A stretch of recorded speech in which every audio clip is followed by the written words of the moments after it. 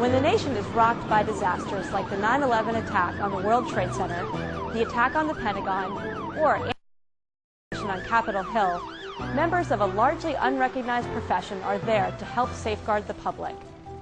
These men and women are industrial hygienists. They're on the job every day in all types of workplaces, ranging from factories to offices and even the great outdoors. Think of them as workplace detectives. They investigate potential hazards and create solutions to protect the health and safety of workers and the public. Hi, I'm Jennifer Sommel. I'm an industrial hygienist with the National Park Service, and I'm proud to be a member of the profession. I'd like to tell you a little bit more about what we do.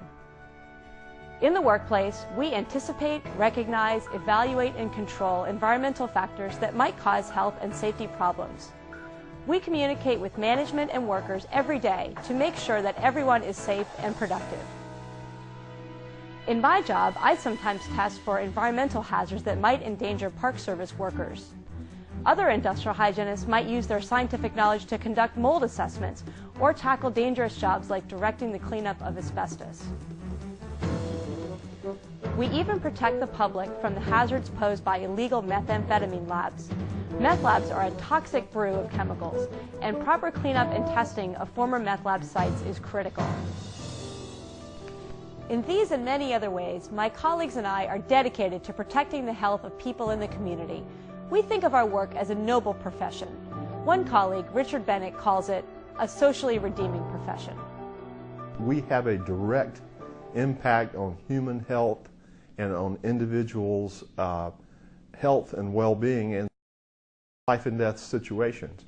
Life and death situations are reality for many industrial hygienists like Army Major Anthony Intrepido. He responded to the attacks on the Pentagon and anthrax in congressional offices.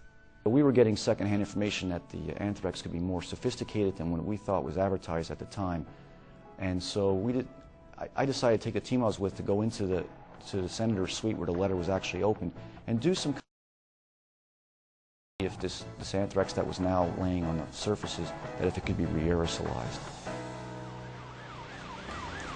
When terrorists struck the World Trade Center, Coast Guard Commander and industrial hygienist Meredith Austin responded to protect the health and safety of rescue and recovery workers.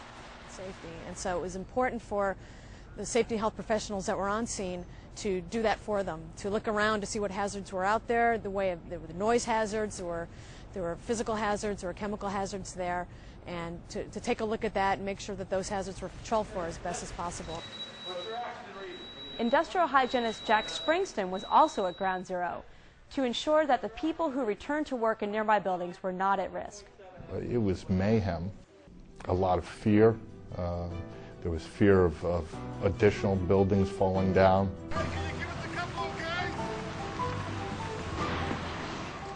Most of our work doesn't make the headlines, but one thing is certain, the work is exciting. The thing I love most about industrial hygiene is the broad variety of the work we do and the great people we work with. It's really about helping people. John Henshaw is an industrial hygienist who is the former head of the Occupational Safety and Health Administration. I don't know of any other profession that can provide the excitement and the technical exhilaration of learning more and more and more all the time, as well as, which is the bottom line, is doing good for people. Really no other profession in my mind that can do that. So industrial hygiene is the ideal for those who really want to make a difference. No day is ever the same, and so I really love what I do, and I think it's something that's beneficial. If you like science, you like a little bit of math, and you like people, it's a great opportunity to kind of do different things. It is an exciting position at Disney. I do mostly all the monitoring at the resort, including noise monitoring, air monitoring, and data management. When I first went to school, I don't think I realized the amount of gratification I would get from walking into a workplace and identifying hazards that the employer and/or the employee were not aware of, and having those hazards corrected fairly immediately. Industrial hygienists don't radiation. You know, there's so many things now that we're getting into emergency response and new technologies like nanotechnology and things like that. Students entering the profession relish those opportunities.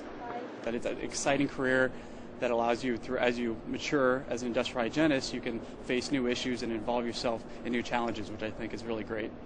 Every day there's a new adventure, and if you like adventure and you like problem solving, then industrial hygiene is what you need. Well, I love industrial hygiene because it's so diverse. I mean, it's not so monotonous like other jobs. You can do a different thing every day. I mean, if you're interested in noise, if you're interested in airborne exposures, or if you're interested in heat stress analysis, there's just a wide variety of topics that you could become an expert in. Aspiring industrial hygienists tell us they have a passion for the profession. I think my passion comes because I truly care about workers and those in the community. And I think that if you have the passion, then you can go ahead and go into the field. I'm truly passionate about health and safety, and I've always had an interest in health and safety.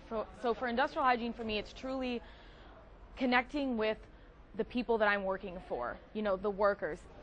No matter what it is in academia, whether it's publishing papers or doing research, or if you're an industrial hygienist at a facility, it doesn't matter. It's always at the core for me and for this field about people and protecting people. This next generation of industrial hygienists already has dreams and goals. Lisa Brown is a single mother of 3. I would like to do some research into seeing how the family is affected by occupational exposures, and also how occupational stress of a working female affects the family life. For students, the annual American Industrial Hygiene Conference and Exposition is a wellspring of knowledge about the profession. Here, students converge from many colleges. Recruiters are on hand, mock interviews are conducted, and experienced industrial hygienists offer advice on how to find a job to begin their careers. Single characteristic that I might suggest is a student needs to be curious. Interpersonal skills is very important for industrial hygienists.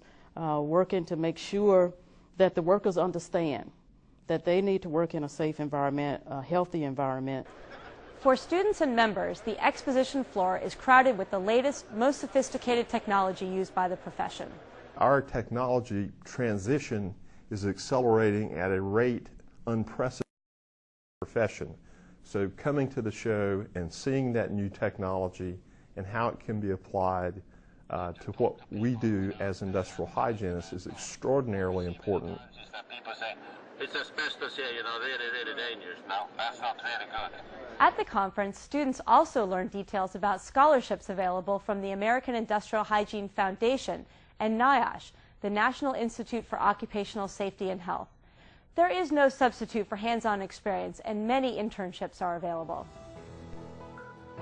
How much money do industrial hygienists make? Salaries vary, but most graduates from graduate-level industrial hygiene programs command starting salaries of at least $40,000, with many starting higher. Many people go on to become certified industrial hygienists or to earn other certifications available in the field of occupational health and safety.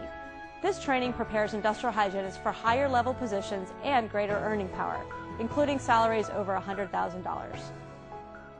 Our students are certainly finding jobs. Undergraduate level, we're providing solid science-based training, and the jobs are out there. We've not had a student not have a job before they graduated. So I told them that the market is out there for young people coming into the profession, that we're placing students in a very broad range of jobs, private industry, government, academia, and the types of work that they're doing is also very broad range. So, and then they're making good salaries. With this graying of the profession, we're going to have a lot of people retiring in the very near future.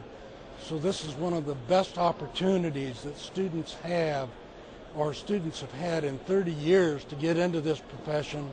And I think maybe one of the more exciting things that students may want to look at is that there's tremendous opportunity with globalization.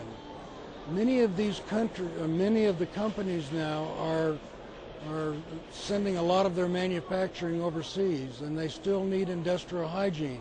I actually have a job offer already, and the position I've been offered is a health study at Northwestern University, Department of Preventive Medicine. It's often said that there are no guarantees in life, but John Henshaw offers a guarantee to students who are committed to making industrial hygiene a career, not just a job. And if they do that, if they make that commitment to themselves, I can guarantee them, as long as they continuously learn and work hard and have fun at the same time, because you do have fun at the same time, that you will be rewarded. My colleagues, one of the best rewards is making a real difference in the world. Nothing is more precious than life and health, and we guard the health and safety of workers and the public every day. When we find and fix the cause of a health problem or prevent a problem from occurring in the first place, that's what it's all about. To learn more about this challenging and rewarding profession, contact the American Industrial Hygiene Association at 703-849-8888 or go to the website at www.aiha.org. You may also send questions by email to infonet@aiha.org.